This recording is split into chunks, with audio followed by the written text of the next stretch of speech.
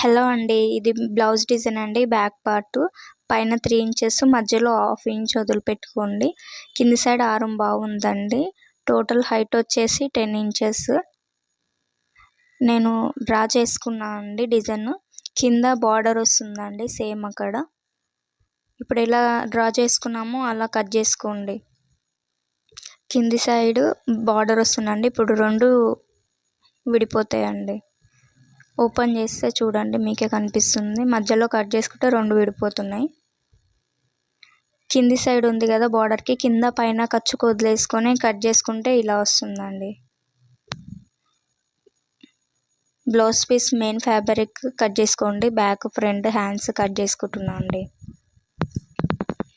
ముడత ఉందని చెప్పి ఐరన్ చేసుకుంటున్నా. ఇది పార్ట్ 1 అండి. పార్ట్ 1 కటింగ్ వీడియో అండి. పార్ట్ 2 స్టిచ్చింగ్ వీడియో వస్తుంది. దయచేసి చూడండి కొంచెం. Thank you for watching.